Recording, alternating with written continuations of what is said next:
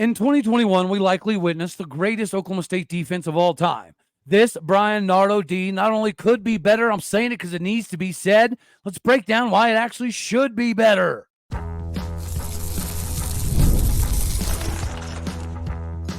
You are Locked On Oklahoma State, your daily podcast on the Oklahoma State Cowboys, part of the Locked On Podcast Network, your team every day.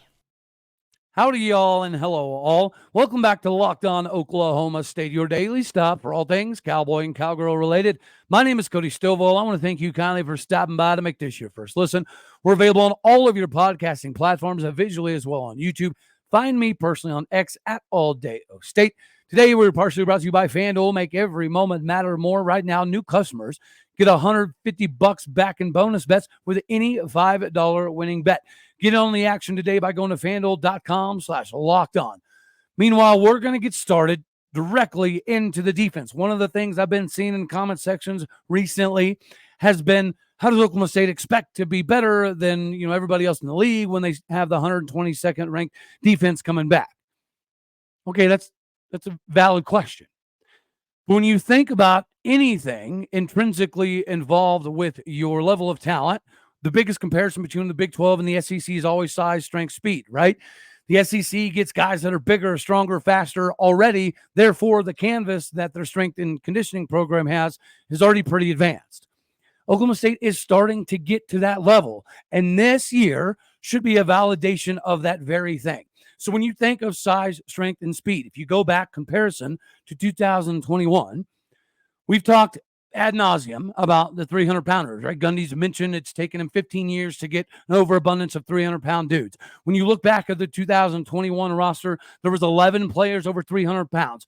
This roster is almost double that, and that's not even taking into consideration some of the guys that are supposedly right around the 290, 295 range that may or may not have been updated. But again, it's literally almost double that, might even be over double that. Whenever you look at the defensive linemen compared to this season, we know what we have coming back in, let's say, Deshaun Brown. Let's compare Deshaun Brown to Brock Martin. Brock Martin being 6'3", 250 pounds. He was a senior then out of Oologah, Oklahoma. His backup being either Ben Kapinski or Colin Oliver. Well, we already know what Colin Oliver can be at a defensive end spot. We also know what Colin Oliver can be at a linebacker spot, which is what makes him so deadly. But back to Brock Martin. Is Deshaun Brown better than Brock Martin? Well, no, they're about the exact same size. Brock Martin was a dog, right? He was the blue collar, grab your lunch bell, go to work, go to war style of guy. Deshaun Brown is significantly more athletic than Brock Martin. Does he have the same mentality? Maybe not. But this year he's been working on technique. Brock Martin was never a savant when it came to technique. Brock Martin was going to bully you out of his way to make stuff happen. Deshaun Brown is going to athletically do things to you that you can't physically stop. So if Deshaun Brown has that grab your lunch pail, go to work, go to war mentality, which I'm pretty sure he does, this season is going to be drastically different for him. So I love Brock Martin, but I would put Deshaun Brown above Brock Martin here. So let's go to the other defensive end spot. Tyler Lacey, NFL guy. Nothing bad you can say about him. 6'4", 295 pounds, still rocking and rolling with the Jacksonville Jaguars. So who are we going to have on the other side? Well, if you go off a traditional four-man front, that's going to be Obi Ezegbo. Is Obi Ezegbo on the same level as Tyler Lacey? Maybe not. But Tyler Lacey's backup was Cody Waltersheed, and Cody Waltersheed is back and bigger than he was as a sophomore in 2021. So if you look at Cody Waltersheed as being the replacement for Tyler Lacey, then yes, you got to give the nod to Tyler Lacey. But whenever you take into consideration that we're going to be utilizing a 3-man and a 4-man front here, and you insert Obi Ezegbo or Cody Waltersheed, it's either a wash or at least athletically an improvement. Let's switch to defensive tackle. Brandon Evers, much like Brock Martin, right? He was going to maul you to death. Technically, he wasn't insanely sound. He could almost lift a house, but Brandon Evers at 6'2", 295 pounds, being a pretty solid guy underneath and a pretty solid guy does not even compare to Justin Kirkland. They're not even in the same hemisphere. Justin Kirkland being 6'3", 250 pounds is not even what we're talking about. We're talking about the strength differentiation here. It's light years different. And then his backup being Jaden Jernigan. So if we're going to consider, let's say, his backup, it's not going to be Colin Clay because Colin Clay is going to take the other DT spot to compete with Israel Antwine. But who are you going to have behind Justin Kirkland? It might be an Aiden Kelly. It might be a Jaleel Johnson. So we know athletically, once again, we're significantly better at that one spot. So let's go to the other defensive tackle spot, Israel Antwine, somebody who does have NFL capabilities, who does have some capabilities, and he's shown it off already in the NFL. Is he Colin Clay? Well, they're about the same size. Israel is 6'3", 295. And then we also have our main man, Colin Clay, at 6'3", 310 pounds. We've talked multiple times about how Colin Clay in a traditional four-man front would start at most of the Big 12. So is that an upgrade from Israel Antwine? I'm going to call it right here, right now, abso-freaking-lutely. And then behind him, you had Sione Asi, 6'1", 320, good dude. He just wasn't quite ready to be at this level. Neither was Sam Tuialamaka. So if you go back in the reserve role, defensive tackle, we're ahead of the bell curve for 2021 yet again. And you can continue to matriculate down the board if you wanted to go to linebacker. Guys, Malcolm Rodriguez is one of the greatest linebackers to ever put on a uniform at Oklahoma State. But we all know he was an athlete coming in as a safety and a receiver, quarterback style of guy. We had to get him to 5'11", 225 pounds, which took some work. When you compare him to Nick Martin, who's already there, he's athletically more advanced than Malcolm Rodriguez. He's faster than Malcolm Rodriguez. He put weight on significantly quicker than Malcolm Rodriguez. Is he better than Malcolm Rodriguez? No. Malcolm Rodriguez is a dude. He's a dog, a certified problem. But we all know how good Nick Martin is. He's an All-American with significantly more size and a little bit more speed. And then you look behind him. His backup was Cameron Farrar. Cameron Farrar goes on to, I believe, SMU. I don't even think he started there. So the backup role between Nick Martin and you could add whoever you want. If it's going to be Jeff Robertson was going to start last season because he was that advanced before his injury. So yes, Nick Martin, Malcolm Rodriguez, maybe a wash, but behind them, not even close. The other linebacker spot, Devin Harper, another NFL guy. And at 6 foot, 235 pounds, he had to bide his time. He had to wait his turn. He had to get in a position to be next to Malcolm Rodriguez, and they fed off of each other a lot. Now you have Justin Wright, the Dan Campbell, to your knees off kind of guy, is bigger than Devin Harper. He's faster than Devin Harper, and he excelled a lot more quickly than Devin Harper. So that's a win. His backup, Lamont Bishop, love him. Big dude, good red zone guy. But who do you have behind them that's comparable? You really don't. This team is significantly better than the 2021 squad just off of athleticism. Now, if you want to go to corner, that's where this thing gets a little bit shaky. It's going to be extremely hard to replace somebody like a Jark Bernard Converse or a Jabbar Muhammad, right? That's a good 1-2 combo right there. And the other side of the field, you had Christian Holmes and Corey Black. Obviously, Corey Black is no longer the 6 foot, 180-pound sophomore he was then. He's a senior now. He's a certified dude at that spot. Now, is he a shutdown, lockdown corner like Christian Holmes was? No, probably not. And you look at the other side of the ball, whether it be a Cam Smith or if it's going to be one of the Davis boys that continue to show that they've got the ability. We're not quite as deep, but size-wise, it's pretty much a wash, right? I think there was 8 players above 6 foot then. We have 8 players above 6 foot now. They had 4 players above, 200 pounds. We have like 4 players above 200. So that stuff is pretty comparable, but corner might be the only spot where 2021 has a clear edge. Now, let's shift to safety. The starting safety at one spot is going to be Tanner McAllister. We love Tanner McAllister, but Tanner McAllister was never good in coverage. And you go look at his film from Ohio State, same thing. Now, we did a good job with Jim Knowles finding ways to cover up some of his inabilities, to get up the field and to track on flat routes and get up the seams and things of that nature. And run support, phenomenal. But the 5'11", 195-pound frame was always going to be that. He was never going to be able to advance to something more. When you look at Lyric Rawls or you look at a Cam Epps, they already provide something significantly more. So you pick a safety and insert him in this spot, and any one of the safeties you pick are going to be above Tanner McAllister. Then you have a Jason Taylor II. Is Kendall Daniels as good as Jason Taylor II? Talent-wise, yes. He's 6'4" compared to 6 foot. He's 250, 240 some odd pounds compared to Jason Taylor's 215. He's even faster than Jason Taylor II, who is having some play in the NFL right now. So is it a bold move to say Kendall Daniels is better than Jason Taylor II? Yeah, it is. But we all know the All-American freshman level guy, if he shows up this season, even with this new heavy hitter role, he's better. Kobe Harvell-Peel, the other spot, another NFL level guy that dealt with too many injuries to really get an opportunity. Is Cam Epps better? Yes. Is Trey Rucker better? Well, no, maybe not. But Trey Rucker has gotten faster, and Trey Rucker was his backup in the Fiesta Bowl just a few years ago. So this is a Trey Rucker that now understands significantly more than he did. He's gotten significantly faster to get better on some of the route concepts that he had struggles with last season. So when you look up and down the board between that roster and this roster, we are bigger, we are stronger, we are faster at almost every single position. The only group that you can maybe question is going to be the cornerback room. And I don't think that it's a massive discrepancy because, again, if you look back at some of the roster guys that were there, let's see. Tanner McAllister, couldn't cut it as a Cowboy. He gone. Thomas Harper, he gone. Jarek Bernard Converse, he left. Jabbar Muhammad, he left. Guys, a lot of these guys that were here, they left to do other things. Either they weren't good enough or they wanted greener pastures or they wanted more money. But they didn't have the size, strength, and speed that we have. Then you got to also take into consideration, in my opinion, the coaching.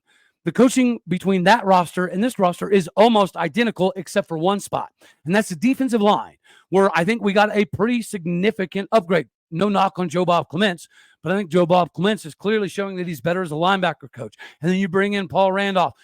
The word from the defensive lineman is already that they feel significantly better than they did this previous season. Could that be coach speak? Could that be salesmanship? Sure.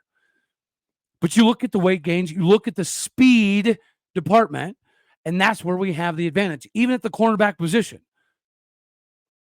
This team is way faster than 2021 by a significant, massive margin. It's not even close. We're significantly bigger. So we should be better. Significantly better? No, maybe not. Equal to, we should be. Better than, we should be. You've heard it's not about the X's and the O's, it's about the Jimmies and the Joes. I don't fully subscribe to that idea. You can coach your way into doing some pretty crazy things with a limited roster. You can do that. But if you already have a bunch of all-star, all-American, NFL-sized guys with the capabilities, then obviously you should be able to do more. And Bryan Nardo is far more creative and innovative than Jim Knowles. This should be a huge year. It'll be a big year for him. And he doesn't strike me as the type of individual that is just going to, bounce around until he finds the most amount of money. Bryan Nardo's the type of guy that's going to stick around and see what this turns into, because he has no confusion either, I don't believe. I think Bryan Nardo knows what he has right now with this squad. Just like you know what you have in FanDuel. And yes, I did see that there's still no college football playoffs in order as far as percentages for Oklahoma State. I can only assume that'll come at some point in time. Hopefully FanDuel does it sooner rather than later so we can hammer the over. But in the meantime, the NBA's in full swing with the playoffs, the NHL as well, and they're giving you a shot to bring home a win of your own. Right now, new customers do, in fact, get the $150 back in bonus bets with any $5 winning bet. That's $150 back in your wallet or your pocket that you can use to bet on money lines, spreads, player props, overs, unders, Heismans, and more. Make sure you visit FanDuel.com/lockedon today. Make your next bet your best bet, and make sure it counts, because FanDuel is America's #1 sports book. Get in on the action today. All right, ladies and gentlemen. Well, we finally got to make a little bit of a splash when it comes to basketball. No, not quite Musa Cisse. No, not quite, some of the other potential names that could be out there. But what we did get is the reemergence of Davonte Davis. Now, for those of you who recall, Davonte Davis was very highly into Oklahoma State when he was coming in the original recruiting rounds. And he committed to Oklahoma State at one point in time, then to decide to go to Arkansas. And he chose Arkansas over Auburn and Ole Miss and a couple other heavy hitters. I remember when this went down, when he committed to Oklahoma State, we thought that it was a done deal. And Mike Boynton spoke very, very highly of what he was going to be able to do, especially when it comes to the run and gun style of offense. Well, he decided to go to Arkansas. And then at Arkansas, he was very successful. I think I saw an article the other day that ranked him as like the number 9 ranked player in Arkansas history. I can't remember statistically what that was in regards to. But, he has had seasons where he shot over 42% from the field. He shot over 43% from the field. 48% from the field as a true freshman. He was named the SEC All-Defensive Team. He has over 900 points, 400 rebounds, 200 assists, 100-plus steals. Yeah, he was the 9th player in program history with that stat line. That's what it was. Now, he has a little bit of eligibility left. He joins Arturo Dean from Florida Atlantic, Robert Jennings from Texas Tech, and UCF forward Marcellus Avery. And we've talked about those individuals. And this is clearly an indication of what Steve Lutz is trying to get done at Oklahoma State, which is defense, pressure, defense, tenacity. Davonte Davis went from a slasher. He went from a run and gun, get up and down the floor style of guy to being a defensive dude that you could count on no matter what, which means he's indisposable to being on the court. And at 6'4", 190 pounds, it's not like he's going to get bodied around by too many people in this league. He was a 4-star prospect originally coming out of high school. This is, again, an emphasis by Steve Lutz on this defense and tenacity and the old school. And if anybody's curious about, what that means, we'll just go look back at the success that Eddie Sutton had. This is what we're looking for. The reincarnation of the 2021 football defense and the reincarnation of what Eddie Sutton provided on that court. Travis Hunter, phenomenal recruiter, not a great coach. Mike Boynton, phenomenal recruiter, great ambassador, not a great coach. So if we're going to have some deficiencies, again, at least let us see a crazy fun product. Emphasis on crazy. Because if you're wild enough, you're bound to be fun. Are we going to have the depth to do full court press for the entire game? Probably not. But if that's the mentality, this is going to be phenomenal, regardless of how it shakes out. Now, I know we've still kind of heard some pokings around about Musa Cisse. I'll be the first to tell you, I have heard nothing in regards to him committing to Oklahoma State at any point in time. Obviously, he enjoyed his visit, but at the end of the day, it's about a lot of things. And let's face it, guys, Musa Cisse is at a point in his career where he's trying to prepare himself for the NBA, right? Whatever that may be. I don't know that this particular brand of basketball that Steve Lutz is wanting to bring forth is something that he wants to subscribe to right away. Not to say that he's going to have it easy in Memphis, but this is not about basketball this season. This is about a restoration of what the expectation should be inside Gallagher-Iba Arena. And the expectation inside Gallagher-Iba Arena is going to be defense wins. And if it doesn't win, we're just going to make the other team fear being in the building. We're going to make them sweat and bleed and cry to the level that they don't want to return. If we go 0 on the road and win 14 games at home, okay, we can stomach that. especially if it's reverting back to the old school success that Eddie Sutton had. Eddie Sutton didn't need a bunch of 5-star dudes. He knew that he could get the right guys to fit a system, and the system was based off of toughness. That's what Steve Lutz is bringing back to Stillwater. And Davonte Davis has had a lot of accomplishments at Arkansas. I mean, he's been on some phenomenal NCAA tournament runs and made it further than maybe he even thought he would when he went to Arkansas. This is kind of surprising. This is huge. This is somebody to now go alongside with Bryce Thompson and hopefully Jamyron Keller. And then you have the emergence of a Connor Dow, and you have some of these other transfers coming in like Arturo Dean. Defense might not win championships, but it's going to be the recipe to winning inside Gallagher Iva. So the next guy we get, probably going to be a defensive-related guy as well. This is the mantra. This is the thought process. And this is what a lot of us wanted for quite some time.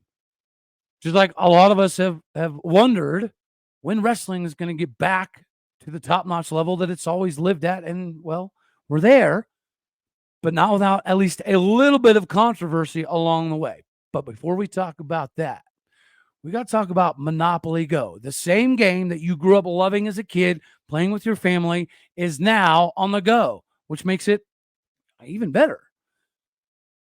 You can team up with your friends and you can get in on time tournaments where you work together to build up each other's boards. The more that you win together, the more awesome prizes that you get to unlock. There's so much for you to get and unlock, like unique stickers that you can trade with, and you compete for big prizes by using these albums.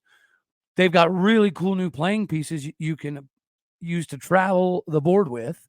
The emoji game is top notch, so you can give your friends a hard time while you smash their buildings or heist all their vaults.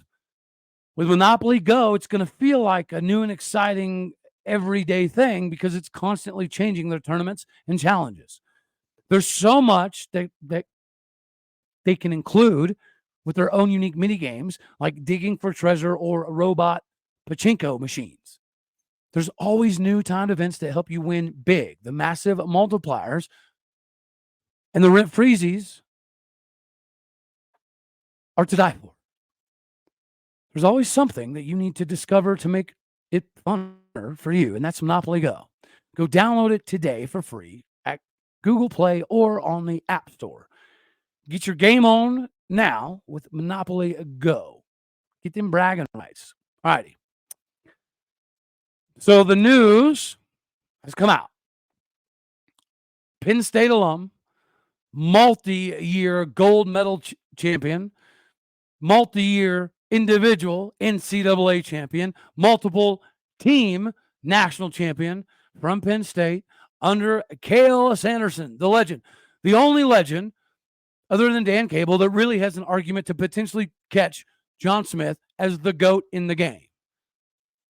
Now, this is a massive hire. He's a young cat. He's only 33. He was just winning international tournaments still just a couple of years ago.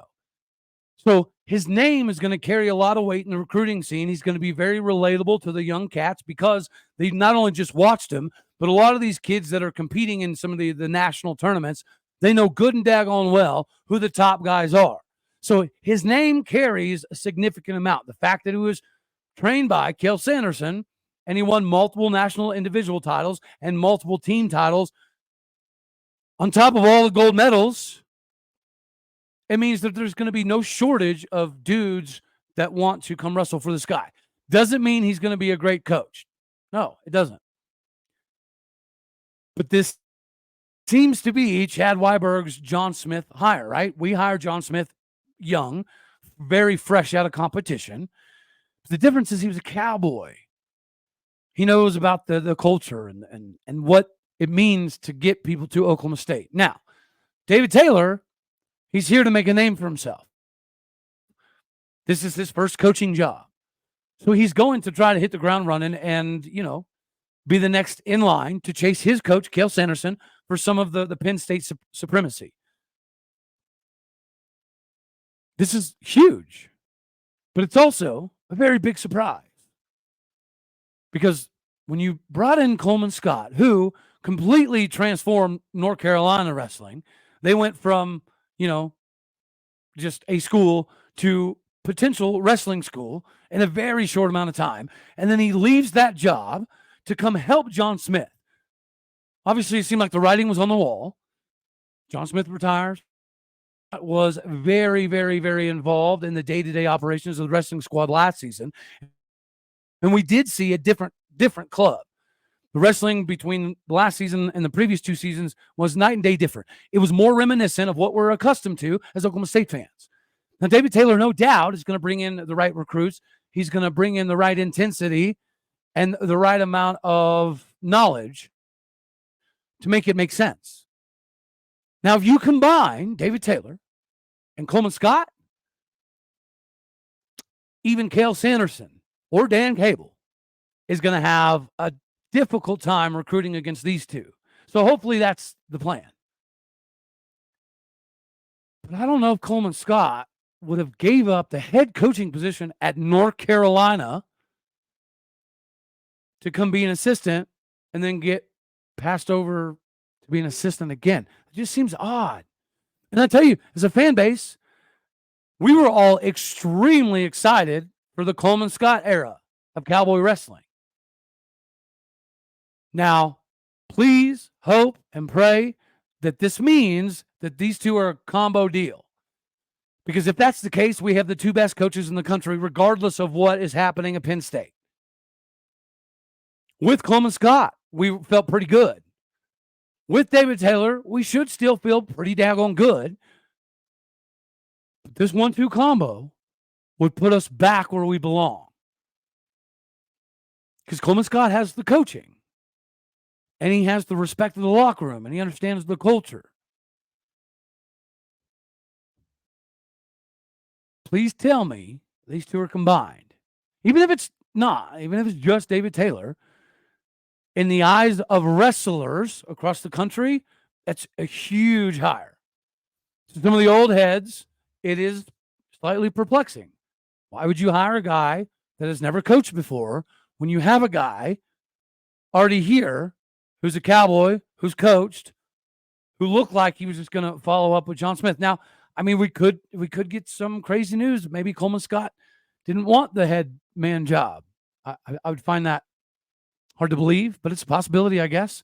Maybe Coleman Scott wanted to team up here. Regardless, this is a really, really good hire. It's a ballsy hire, and realistically, it's Chad Warburg's only second hire. His only other hire, quote unquote, on the books is JC.